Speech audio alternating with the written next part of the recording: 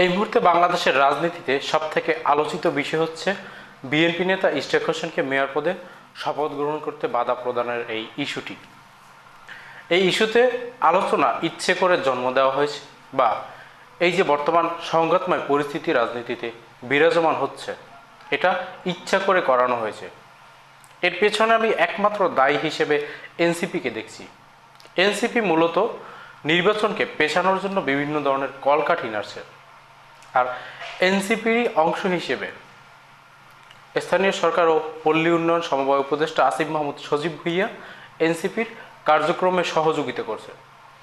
কাগজে কলমে আসিফ মাহমুদ সজীব ভুঁইয়া কিংবা মাহফুজ আলম এরা নিরপেক্ষ উপদেষ্টা হলেও বস্তুত এরা এনসিপির হয়ে কাজ করছে। এনসিপি যে পথে হাঁটছে, এনসিপির নেতারা যে বক্তব্য দিচ্ছে, ঠিক একই ধরনের বক্তব্য দিচ্ছে। এখন কথা হচ্ছে, অবৈধ নির্বাচনে যদি মেয়র বৈধ না হয়, সেক্ষেত্রে কোনো মেয়রই বৈধ হবে না। এর আগে আমরা দেখেছি চট্টগ্রামের মেয়র শাহাদাতকে বিজয়ী ঘোষণা করা হয়েছে, তিনি শপথ গ্রহণ করেছেন, দায়িত্ব পালন করছেন। বিভিন্ন জায়গায় পৌরসভার মেয়রদেরকে বিজয়ী ঘোষণা করা হয়েছে, চেয়ারম্যানদেরকে বিজয়ী ঘোষণা করা হয়েছে। তো সেখানে কোনো ক্ষেত্রেই আমরা আপত্তি দেখিনি। আমরা আপত্তি দেখছি ইশতিয়াক হোসেনের ক্ষেত্রে।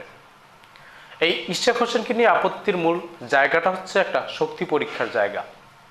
এনসিপি যে নির্বাচন পেছাতে চাচ্ছে এবং সরকারের মধ্যে অনেক উপদেষ্টার যে খায়েশ রয়েছে নির্বাচন ছাড়া 5 বছর ক্ষমতায় থেকে যাওয়ার, সেক্ষেত্রে বিএনপি একমাত্র দল যারা বাধা প্রদান করবে।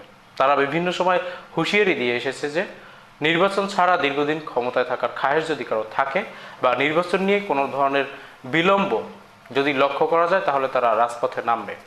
এখন এনসিপি সমর্থিত এই অন্তর্বর্তীকালীন সরকার তারা একটা পরীক্ষা নিচ্ছে ইশতিয়াক হোসেনকে দিয়ে, যে ইশতিয়াক হোসেনকে মেয়র পদে বসতে না দিলে তারা কতটা রিয়েক্ট করে, কত বড় আন্দোলন করে, তার উপরে ডিপেন্ড করে তারা জাজমেন্ট করবে যে বিএনপি সত্যিকার অর্থেই নির্বাচনে বিলম্ব করলে আন্দোলন করবে কিনা, বা কত বড় আন্দোলন করবে।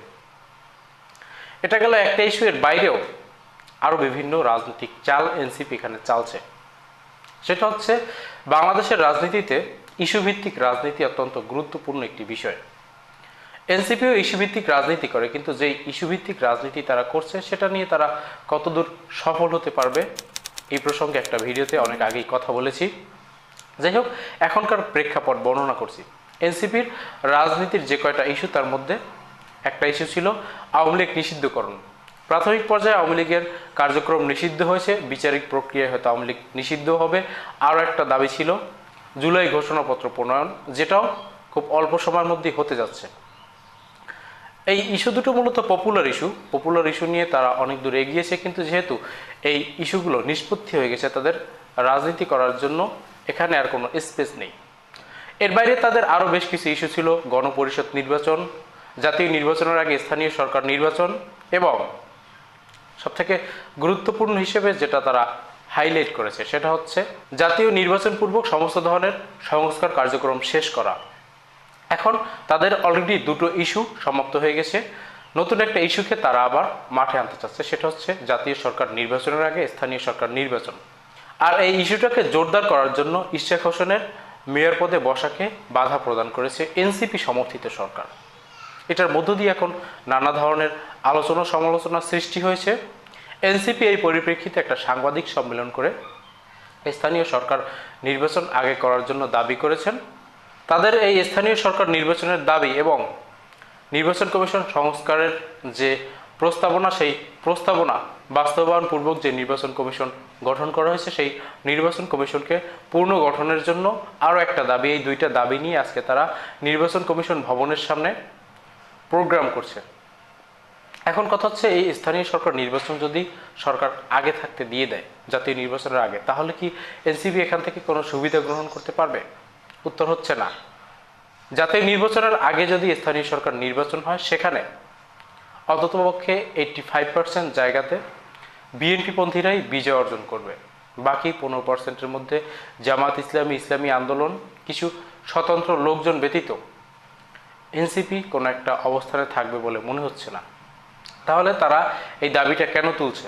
তাদের এই দাবিটা তোলার কারণ হচ্ছে, তারা ওই যে ইস্যুভিত্তিক রাজনীতি করে রাজনীতির মাঠে আলোচনার বিষয়বস্তু হিসেবে থাকার জন্য।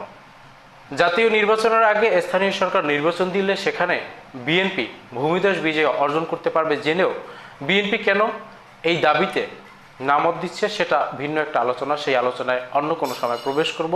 বিগত দিনে যেই ভিডিওতে এনসিপির রাজনীতির এজেন্ডা নিয়ে আলোচনা করেছিলাম সেখানে বিএনপির সাথে তুলনা করেছিলাম। সেখানে বলেছিলাম যে বিএনপি তারা আগামী নির্বাচনে নিশ্চিত বিজয় অর্জন করবে জেনেও তারা বিভিন্ন এজেন্ডা নিয়ে মাঠে নেমেছে। তারা 31 দফা প্রণয়ন করেছে, যেটা দিয়ে তারা জনগণের মধ্যে আরও গভীরভাবে প্রবেশ করছে। এনসিপি যদি জাতীয় নির্বাচনে সফলতা অর্জন করতে চায়, বিন্দুমাত্র সফলতা যদি অর্জন করতে চায়, তাহলে তাদের এরকম ছোট ছোট ইস্যু নিয়ে, যেগুলো জনমনে স্বস্তি দাও, সেই ইস্যু নিয়ে রাজনীতি করতে হবে। তারা এই মুহূর্তে যে সমস্ত ইস্যুগুলো নিয়ে রাজনীতি করছে সেগুলো সত্যিকার্থেই পপুলার ইস্যু, কিন্তু এই ইস্যুতে যে ফলাফল জনগণ ভোগ করবে সেই জনগণও কিন্তু দিন শেষে এই এনসিপির পক্ষের লোক নয়।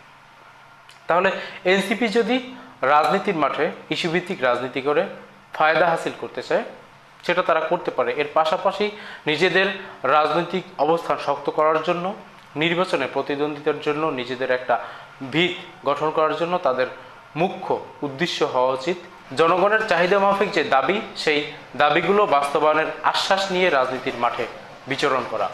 এর বাইরে তারা যে সমস্ত ইস্যু নিয়ে রাজনীতি করছে, আখেরে এই সমস্ত ইস্যু তাদেরকে কোনোভাবেই সফলতা অর্জনের পথে এগোতে দেবে না।